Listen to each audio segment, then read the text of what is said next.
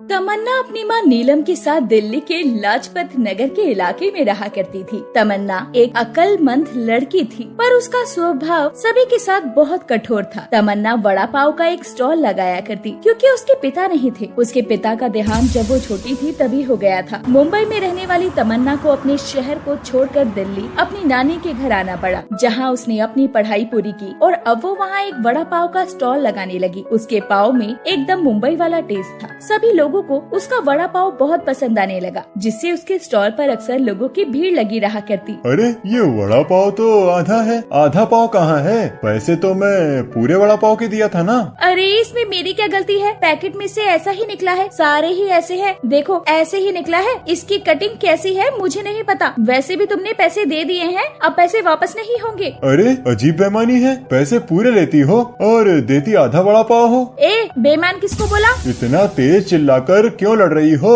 आज के बाद तुम्हारे ठेले पर वड़ा पाव खाने आना ही नहीं है। तुम बहुत बदतमीज हो। तुम्हें पता ही नहीं कि कस्टमर से कैसे बात करते हैं। हाँ, तुम्हारे ना आने से तो मेरा ठेला ही बंद हो जाएगा ना। जब लोगों को टेस्ट मिलता है तो लोग कहीं भी जाते हैं। दीदी मेरा वड़ा पाव दो ना, इतनी देर से मांग रहा हूँ। अच्छा रुको देती हूँ। ये ले अपना वड़ा पाव। लेकिन दीदी इसमें तो चटनी ही नहीं है। देख लेना है तो ले, चटनी आज खत्म हो गई। दीदी पैसे तो आप पूरे ले रही हो और चटनी नहीं दे रही हो। आपकी चटनी की वजह से ही लोग आपके पास आते हैं, ऐसा थोड़ी होता है। ये ले अपने पैसे और ला मेरा वड़ा पाव वापस कर। तमन्ना उस बच्चे से वड़ा पाव ले लेती है और उसके पैसे उसे वापस कर देती है और चुपचाप वो वहाँ से चला जाता है। तमन्ना जितना अच्छा वड़ा पाव बनाती थी उतना ही वो स्वभाव में कठोर थी। वो अपने ग्राहकों के साथ बहुत कठोर व्यवहार करती। इस बात को लेकर तमन्ना की माँ बहुत चिंतित रहा कर। वो अक्सर तमन्ना को समझाया करती और शाम को जब तमन्ना अपने घर आती है तो नीलम उसकी मदद करने के लिए आई होती है। अरे तमन्ना बेटा, तू इतना गुस्सा क्यों करती है और ग्राहकों को उल्टे जवाब देती है? तुझे पता है ना, ग्राहक भगवान का रूप होते हैं। अगर ग्राहक नाराज हो गया तो हमारे भगवान भी नाराज हो जाते हैं। मेरी बात को समझ बेटा। जब तू ग्राहकों से प्रेम पूर्वक बात करेगी और उन्हें अपना बनाकर चलेगी, तभी तो वो तुझे अपना बनाएंगे ना। माँ ये सब बातें सिर्फ बोलने में अच्छी लगती है, काम करने के लिए थोड़ा कठोर होना जरूरी है। तुम नहीं समझोगी माँ, तुम्हारी उम्र हो गई है, अब पैसा कमाना है तो ग्राहकों से ऐसे ही बात करनी पड़ेगी, वरना ये ग्राहक हमें कहीं का नहीं छोड़ेंगे। और वैसे भी मेरे जैसे वड़ा पाव का टेस्ट दिल्ली में किसी और के हाथ में नहीं है। दिल्ली में ही बैठकर मुंबई का टेस्ट मिल रहा है, और क्या लेंगे ये लोग।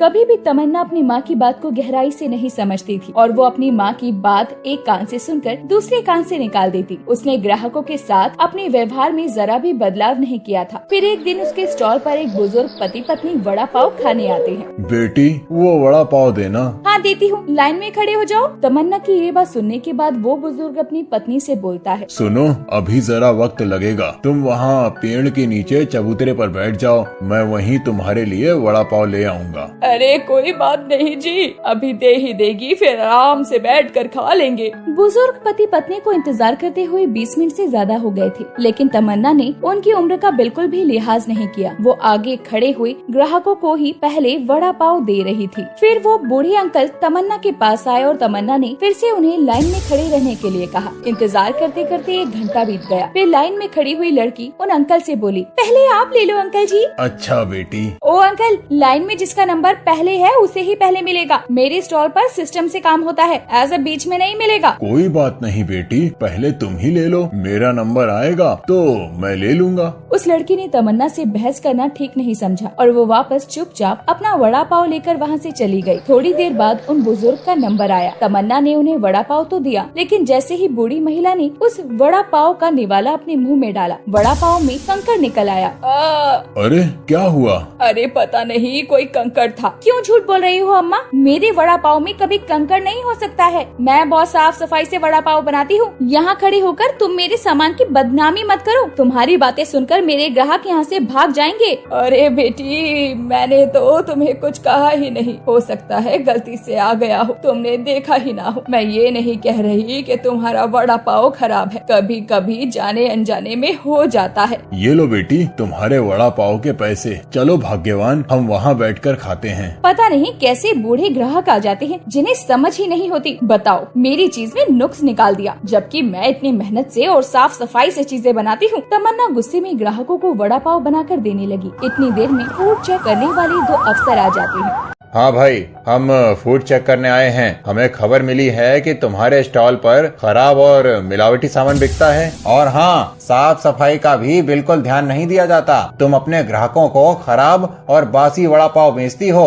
हमें ये सूचना मिली है। नहीं नहीं साहब, कोई गलतफहमी हुई है। मैं अपने स्टॉल पर बहुत साफ सफाई से काम करती हूँ। मेरा सामान कभी मिलावटी नहीं हो सकता, और मेरा वड़ा पाव तो बहुत स्वादिष्ट और ताज़ा होता है, एकदम मुंबई जैसा। जरूर आपको कोई झूठी खबर मिली है। पर जो भी है, तुम जब तक यहाँ पे स्टॉल नहीं लगा सकती, जब तक तुम्हारी बेगुनाही के सबूत हमें न मिल जाएं, या तुम्हारे ग्राहक तुम्हारे बारे में कुछ सही बोल देते हैं, तभी कुछ हो सकता है। तमन्ना बहुत चिंतित थी, क्योंकि वो जानती थी कि उसने तो कभी अपने ग्राहकों से सीधे मुंह बात भी नहीं की। उसने कभी भी नरम स्वभाव से किसी ग्राहक से अच्छे से कोई बात नहीं की, और कोई भी ग्राहक उसका साथ नहीं देगा। लेकिन जैसा तमन्ना सोच रही थी, उसका विपरीत होता है। सारे ग्राहक तमन्ना की तरफ बोल रहे थे और तमन्ना के सपोर्ट में आ गए, जिससे वो बुजुर्ग पति पत्नी भी उसी के सपोर्ट में बोल रहे थे। अरे साहब, आप देख ही सकते हो कि जब हम इस उम्र में तमन्ना के स्टॉल का वड़ा पाव खा रहे हैं, तो तमन्ना के स्टॉल का वड़ा पाव कितना साफ सुथरा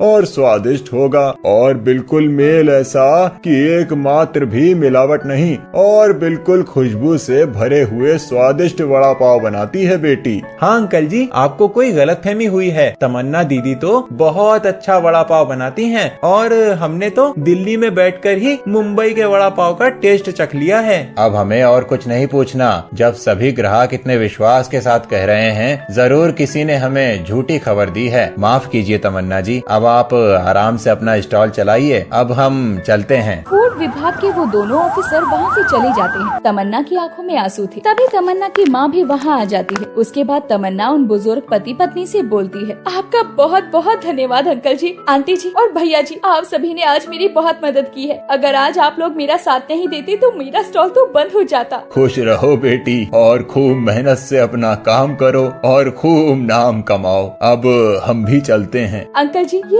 थोड़े से वड़ा पाव पैक करके घर के लिए दे रही हूँ। आज घर में सभी को खिलाना, और आज मेरे लिए बहुत खुशी का दिन है। आज मैं सभी को वड़ा पाव फ्री में खिलाऊंगी। देखा तमन्ना, मैंने कहा था ना, ग्राहक भगवान का रूप होता है। और आज मुसीबत के वक्त पर तुम्हारे ग्राहक ने ही तुम्हारा साथ दिया। अगर वो साथ नहीं देते तो आज तुम्हारा काम बंद हो जाता। इसीलिए कहती हूँ कि हमेशा ग्राहकों से प्रेम पूर्वक बात किया करो, और कभी भी गुस्से में मत बोला करो। हाँ माँ, मैं कभी भी अपना स्वभाव कठोर नहीं रखूंगी, और कभी भी किसी से लड़ाई नहीं करूंगी, और मैं अपना स्वभाव ग्राहकों के लिए बिल्कुल बदल दूंगी। उस दिन के बाद से तमन्ना ने अपने व्यवहार में बदलाव कर लिया, और वो अपने ग्राहकों से प्रेम पूर्वक बात करने लगी, और इस बदलाव के कारण उसके स्टॉल पर बिक्री और बढ़ गई।